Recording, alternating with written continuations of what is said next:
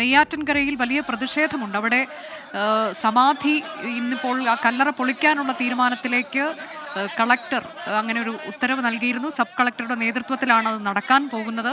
അവിടെ പ്രതിഷേധം നടക്കുന്നുണ്ട്. തത്സമയ ദൃശ്യങ്ങളാണ് കാണുന്നത്. കുടുംബം ഈ വിഷയത്തിൽ കല്ലറ പൊളിക്കരുത് എന്ന് പറഞ്ഞുകൊണ്ട് രംഗത്തെത്തിയിരുന്നു. അത് വിശ്വാസത്തിൻ്റെ പ്രശ്നമാണ്, അങ്ങനെ സമാധിയായ ഒരാളുടെ കല്ലറ പൊളിക്കരുത് എന്നൊക്കെ അവർ ചൂണ്ടിക്കാട്ടുന്നുണ്ടായിരുന്നു. ഇപ്പോൾ പ്രതിഷേധിക്കുന്നുണ്ട്. ആരുടെ നേതൃത്വത്തിലാണ് ആ പ്രതിഷേധം എന്നത് വ്യക്തമല്ല. അജീഷ് ജയകുമാറുണ്ട്. അജീഷ്, ഇപ്പോൾ ഈ പ്രതിഷേധം ആരുടെ നേതൃത്വത്തിലാണ്? വിശദാംശങ്ങൾ എന്താണ്? അനുജ, നേരത്തെ ഈ ഫോറൻസിക് ഡോക്ടർമാരും അതുപോലെ തന്നെ RDOയും പോലീസ് ഉദ്യോഗസ്ഥരും അടക്കം ഈ കല്ലറയിലെത്തി പരിശോധന നടത്തിയിരുന്നു. ഈ പരിശോധന നടത്തിയ സമയത്ത് ഈ കുടുംബത്തിന്റെ അഭിഭാഷകരും ഒപ്പം തന്നെ ഈ ക്ഷേത്ര സംരക്ഷണ സമിതിയുടെ ചില സംസ്ഥാന നേതാക്കളും ഇവിടെ എത്തിയിരുന്നു. ചില ഹൈന്ദവ സംഘടനകളുടെ നേതാക്കളും അടക്കം ഇവിടെ ഉണ്ടായിരുന്നു. അവർ ഇതിനെ എതിർത്ത് ഈ പോലീസിനോട് സംസാരിക്കുകയുണ്ടായിരുന്നു. അപ്പോൾ ഈ പരാതി ആരാണ് തന്നതെന്നും പരാതിക്കാരെ അസഭ്യം വിളിച്ചുകൊണ്ടുള്ള ചില പരാമർശങ്ങളും നടത്തിയിരുന്നു. പരാതിക്കാർ ആരാണെന്ന് വെളിപ്പെടുത്തണമെന്നായിരുന്നു അവരുടെ ചോദ്യം. അതാണ് ഈ പരാതി നൽകിയത്. ഇവർ താമസിക്കുന്ന വീടിന്റെ അടുത്തുള്ള ചില ആൾക്കാരാണ്. 2 പരാതികളാണ് പോലീസിന് നൽകിയത്.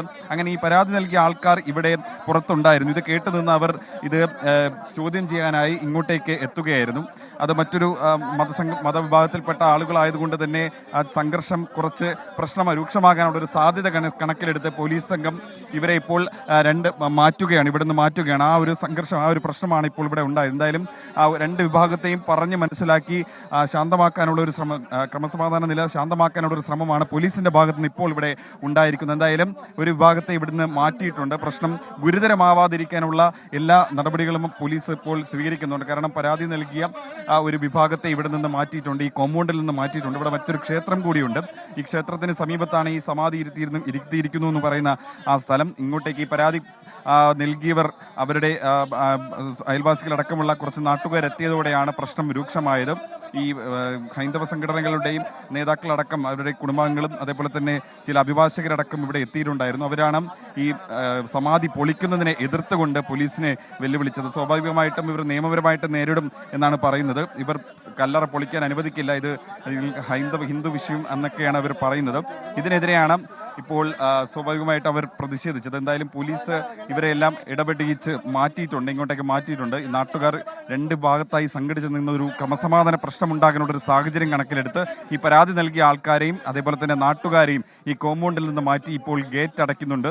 ഈ ഭാഗത്തേക്ക് നാട്ടുകാരെയും കടത്തിവിടേണ്ട എന്നുള്ളൊരു തീരുമാനത്തിലാണ് പോലീസ് ഇപ്പോൾ എത്തിയിരിക്കുന്നത്. എന്തായാലും ഇവിടെ ഇപ്പോൾ ഈ കോമ്പൗണ്ടിനുള്ളിൽ ഈ വീട്ടുകാരുടെ, അതായത് ഈ ഗോപൻ സ്വാമിയുടെ കുടുംബാംഗങ്ങളും അവരുടെ അഭിഭാഷകരും ചില ഹൈന്ദവ മതസംഘടനകളുടെ പ്രാദേശിക നേതാക്കൾ അടക്കമുള്ളവരാണ് ഇവിടെ ഇപ്പോൾ ഉള്ളത്. എന്തായാലും ബാക്കിയുള്ളവരെല്ലാം പോലീസ് ഈ കോമ്പൗണ്ടിൽ നിന്ന് പുറത്താക്കി തൽക്കാലത്തേക്ക് പ്രശ്നത്തിന് ഒരു പരിഹാരം വരുത്തിയിരിക്കുകയാണ്. എന്തായാലും പ്രശ്നം ഇപ്പോൾ ശാന്തമായിരിക്കുകയാണ്. സ്ഥിതി ഗുരുതരമാവാതിരിക്കാനുള്ള എല്ലാ ഒരു നീക്കവും പോലീസ് ഇവിടെ നടത്തുന്നുണ്ട്. കൂടുതൽ പോലീസ് സന്നാഹത്തെ, പോലീസ് ഉദ്യോഗസ്ഥരെ ഇങ്ങോട്ടേക്ക് എത്തിക്കാനുള്ള ഒരു നീക്കം നടത്തുന്നു. എന്തായാലും ഉയർന്ന പോലീസ് ഉദ്യോഗസ്ഥരടക്കമുള്ളവരുണ്ട്. നെയ്യാറ്റിൻകര DYSPയുടെ നേതൃത്വത്തിലുള്ള പോലീസ് ഉദ്യോഗസ്ഥരുണ്ട്, സയന്റിഫിക് എക്സ്പേർട്ടുകളുണ്ട്.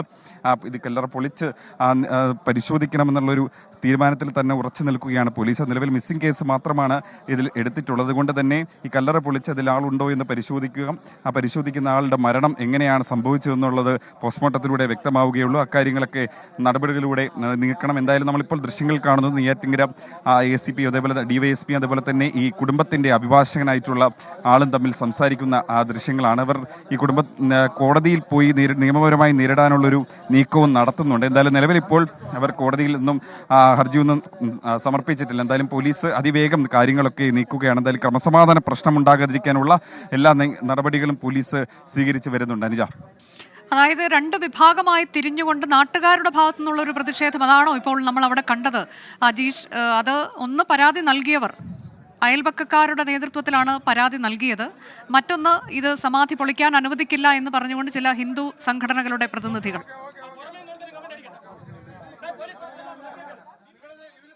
അതെ, അങ്ങനെയാണ് അനുജ. കാരണം ഈ കുടുംബത്തിന് പിന്തുണയുമായി എത്തിയത് ചില ഹിന്ദു സംഘടനകളുടെ പ്രതിനിധികളാണ്. ഒപ്പം തന്നെ ഈ ക്ഷേത്ര സംരക്ഷണ സമിതിയുടെ ചില സംസ്ഥാന നേതാക്കളും എത്തിയിട്ടുണ്ട്. അദ്ദേഹം അഭിഭാഷകനാണ്. മറ്റൊരു അഭിഭാഷകൻ കൂടി ഈ കുടുംബത്തിനൊപ്പം എത്തിയിട്ടുണ്ട്. അവർ നേരത്തെ ഈ പോലീസ് ഉദ്യോഗസ്ഥരും അതേപോലെ തന്നെ ഡോക്ടർമാരടക്കമുള്ള സംഘം എത്തിയപ്പോൾ, ഫോറൻസിക് എക്സ്പേർട്ട് അടക്കമുള്ള സംഘങ്ങൾ എത്തിയപ്പോൾ അവർ കുടുംബത്തെ ഈ കല്ലറ പൊളിക്കരുതെന്ന് ആവശ്യപ്പെട്ട് പോലീസിനോട് സമീപിച്ചിരുന്നു. അവർ എന്തിനാണ് പൊളിക്കുന്നത് എന്നായിരുന്നു അവർ പ്രധാനപ്പെട്ടമായി ചോദിച്ചത്. അത് മാത്രമല്ല, ഈ ആരാണ് പരാതി നൽകിയെന്നൊരു ചോദ്യമായിരുന്നു ഇവർ പ്രധാനമായി ഉന്നയിച്ചത്. അതിന്റെ കൂടെ ചില അസഭ്യ പരാമർശങ്ങൾ കൂടി നടത്തിയിരുന്നു. ഇതാണ് ഈ പരാതി നൽകിയവരെ പെട്ടെന്ന് പ്രകോപിപ്പിച്ചത്. അവർ ഈ ഗേറ്റിന് പുറത്ത് തമ്പടിച്ച് നിൽക്കുകയായിരുന്നു. അവർ പെട്ടെന്ന് അകത്തേക്ക് കയറി വന്നു. ഇതേ സമയം RDO കുടുംബാംഗങ്ങളുമായി ചർച്ച നടത്തുകയായിരുന്നു, സംസാരിക്കുകയായിരുന്നു ഈ കല്ലറ പൊളിച്ച് പരിശോധിക്കുന്നതിന്റെ ആവശ്യകതയെക്കുറിച്ച്.